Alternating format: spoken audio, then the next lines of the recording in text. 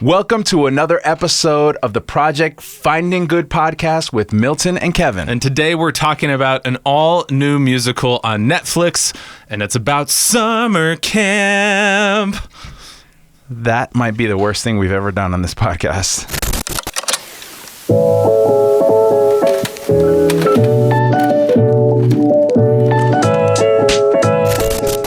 So this is the Project Finding Good podcast. We are about finding good, right? Finding good, I mean, overall in life, but mostly we do it through film and television because that's kind of our thing, right? Sometimes it's a journey, a task. Yeah. Other times it's incredibly easy, like what we're going to talk about today. Yeah. It's a brand new musical on Netflix. It's called A Week Away. Yeah. A Week Away. Right. A Week Away. That's correct. It's on Netflix.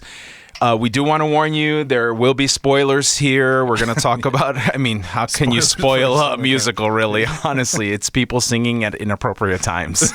It's so true. But what should I say? It's so true. Please don't do that anymore. Do not. I like singing. Now, let's talk about musicals in general, because I had a revelation this time. Okay, I'm sitting in my living room with Denise, my wife. We're watching this thing, and there's an initial reaction. I call it the cheese factor. Right? Oh, yeah. It's like, this is so cheesy, right? But because it's a Christian musical, sometimes I feel like there's extra cheesiness on it, right? Like that Velveeta melted on top, boil your mouth. Lava cheese. But here's the realization I came with. All musicals are cheesy. Like, was this more cheesy than, say, your High School Musicals or your Camp Rocks? Or no, I think the difference is it's Christian, right? And they're not, the artists aren't as well known as like a Zac Efron or Vanessa Hudgens or whatever. So in the end, I was just like, you know what? I'm okay. Like, I don't have to feel bad about this. And in the end, when I changed my attitude, I actually enjoyed it. You enjoyed it? Yeah, I did. I was surprised how much I enjoyed it. I loved it. You loved it? It was a lot of fun. Okay, I don't know if I'd go that far, but I was thinking it was going to be horrifically bad. You did. Yes. Yeah. And like you said, add the Christian factor on top of the musical. Yes. Campy teen love story factor. I was like, oh, this is not going to work. But it actually worked really well. And they were respectful, I think, of the faith. I didn't feel like it came from a mocking standpoint. I feel it came from like a very natural, these writers get it and aren't here to mock what Christian camp is. Which is a bunch of overly spiritualized, Jesus juking left and right. It was just a really good story. And I might have cried a couple times. I'll admit I got emotional a few times, and we'll talk about those specific moments.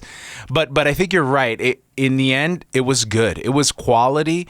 And I think the difference was that they used music that was already produced. It wasn't like they didn't write for this show, for this movie. They took some very strong music, strong Christian music with strong Christian messages in them, and they just used them in the appropriate manner to tell this story. And I thought that was the genius of this versus if they tried to write a something for the bus ride in. Right. I think it would have been awful. So it was good. There's been a lot of music that has come out since the era that they chose to revisit. Like you had Amy Grant, Stephen Curtis Chapman, Michael W. Smith, Audio Adrenaline, and then the most contemporary for King and Country. But this was all music of like 15, 20 years ago. Right. That was really redone and created for that musical and I thought used pretty well. Yeah, and it worked. Yeah. Now, did you see Stephen Curtis Chapman got a cameo? Yeah, he was the lifeguard. And Amy Grant did as well. She was one of the counselors. So then once I saw that, I was like, where's Michael W. Smith? I didn't see him anymore. No, I don't think he was in there. He played the tree in the background. Oh, gotcha. Yeah. Well, probably appropriate.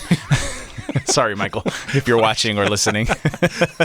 But I was surprised like Joel and Luke weren't in it from King and Country because they are actually huge actors. So They could have been campers. They look so young, those guys. They commanded well, there were no drums in the movie, so there wasn't a drum beat scene.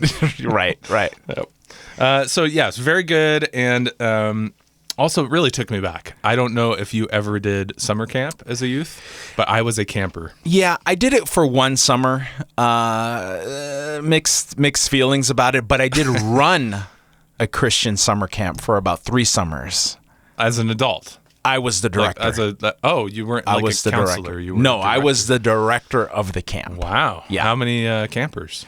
Depending on the year, but you could easily have in 1 week, depending on the age group, you could have up to 100. Dang, campers. Did you like do any of the events and the sports? And yeah, so we were on a lake, and we do Olympics. We do. Did you do the blob? We didn't have a blob. Oh, okay. We didn't have a blob. We had our swimming area. We had boats. We had, you could do skiing, water skiing, and we had a ropes course. We had horses. The whole thing. Now, blob, if you haven't watched the show and you're still watching this because you don't care about spoilers, is this giant inflatable thing that you put on the water. Yeah. And one person just lays limp on one end. That's right. And then the other person jumps from a very tall altitude. Yes. And catapults the other person in the air. I would never do this. You wouldn't do it? You could not pay me to do man. either side. That looks like fun. I would not jump, and I would not be launched. Oh, my goodness. Because I would be the kid that would like break something on the way down. In water? It would happen. Or they would catapult me like into the forest. You're an athletic person. You're like fine. I mean, who's jumping on this thing? A Hulk or something? Well, Trust me, you're not going to go that far. Well, I don't want to. Take You need to get more courage, my man. It's not going to happen. Be a little riskier. Maybe we need to do an episode where I launch you on a blob. We need to find a lake somewhere that has this. We're going to do it, man. Okay. I'm going to look for it. All right, it's not going to happen. It's going to happen. But yeah, you look for it. I'll do it. But I'll tell you, as a former camp director, I had a huge problem with one portion of this movie. Okay. I'm sorry, but you would never allow 2 teenagers to walk into the forest by themselves. Are you kidding me? That's like, I don't even know if this is appropriate for the podcast, but that's like major, risky baby making moment. No, no, you are not going out there. How does that happen? There's a lack of counselors in this movie. Hello, Amy Grant, get on it. Right. And then you saw what happened. They started dancing together. I mean, we wouldn't let that happen. One either. thing leads no to dancing another. allowed. Nothing where bodies are close together. Right. So the crush thing though is big at camp. Oh yeah, this was where it happened. So they certainly had some fun storylines with that. I remember I had a huge crush on a girl at summer camp. Okay, and she was up on a cliff jumping. I was not, because obvious reasons. Right, because you're a coward. Yes. And I yelled at her and I said, do a triple Lutz, which is an ice skating move. Do you even know what that is? What are you talking about, man? I did not live that down for years. Good. I didn't get the girl. I didn't get the girl either. So I'm sure your wife's very happy about that. Yes, there's a story of one of two. The other one was fishing. So we had a fishing day. All right. And immediately within 5 minutes, my pole gets caught on a tree, and I yank it, and the hook goes right through my thumb. Oh. Yeah. And so there are people driving off the road right now who are listening to this. That's awful. Like, it was sticking like that was a big hook, man. Yeah, it was pretty gnarly. Oh, so I was down for the count. Did they have to these things happen to me? I don't just make them up. These things happen to me. That's why you don't want to get on the blob, because you're traumatized from the hook and triple Lutz incidents. That's right. You ruined your own camp experience. Do a triple Now, Lutz. do you send your kids to camp? We just started. Okay, awesome. Yeah, this past summer they both went to camp, and Nice. they loved it. They loved it. Camp is a little more tamer. Like, camp now is lame. Is it compared really? to what it was like, X number of years ago when I was in camp? We're not going to put a date on it. But yeah, I mean, because we had a whole week. Like, it was an 8-day experience. Yeah. And the camp for my kids were like 3 days. Oh, that is weird. You barely like got into it. And then you had to drive home. You should see the thickness of the binder of regulations that I had to be cognizant of in running a camp. It was ridiculous. Yeah. I'm surprised there was any fun had at all.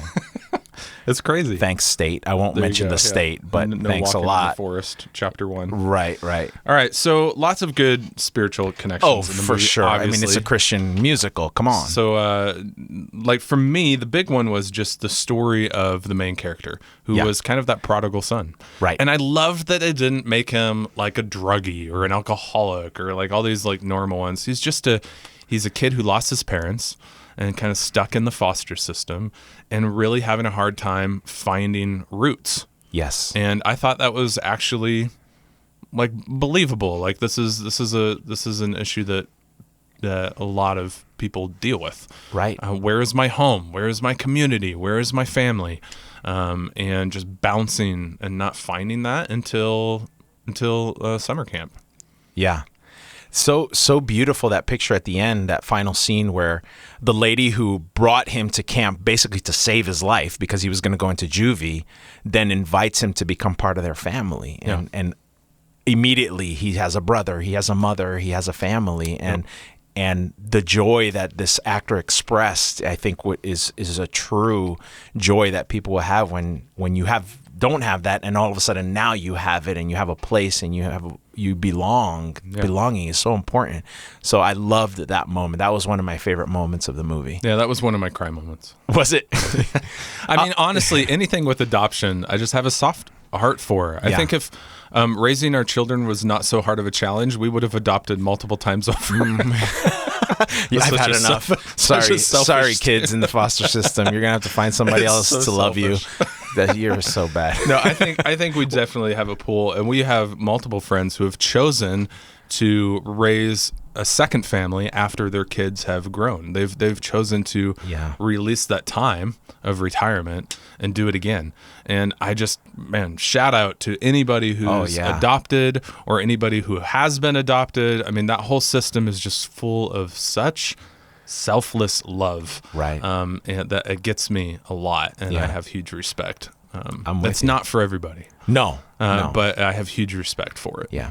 I'll give you one of my cry moments. Not blubbering, but just teary. It was that moment in around the campfire where they mashed up this Rich Mullins song with For King and Country. It was so good. God Only Knows and Our God is an Awesome God. And I don't know how many times you've had those moments of worship that really just reach you and just get into your heart. And I just loved to see that, and hands raised and people responding. I think worship has that kind of power. And that was a moment where I was like, wow. Very cool. I really felt the power of the music at that time. Yeah, it was very cool. All right, Milton, kind of coming away with we want to end each episode with a feel good, do good. Yeah. And what was your feel good? My feel good was relating back to what we were talking about. It just feels good to be part of a family, a community, to know that you're in a place surrounded by people that love you.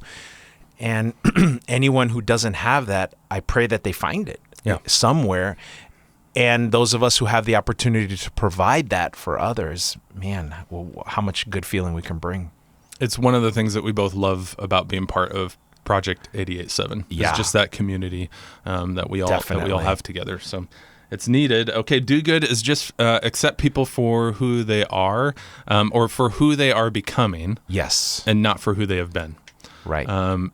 And that is a huge goal of mine on my journey to continue to do that, to see who God is making them become. And not hit them up for all the mistakes that they have made, and not even hit them up for all the mistakes that they are in the present. Just to see the future in people, I think is a huge task at hand. So, all right, that's it. Well, thanks for joining us for another episode of the Feeling Good podcast. Milton, Finding Good podcast. That's right. Finding good, feeling good, being good. It's all the good. Speaking good. It's good, yeah. We got to end there. Hey, if you like what you're watching or listening to, you can always subscribe wherever you watch or listen to podcasts. Thanks so much for joining us, and we'll see you next week.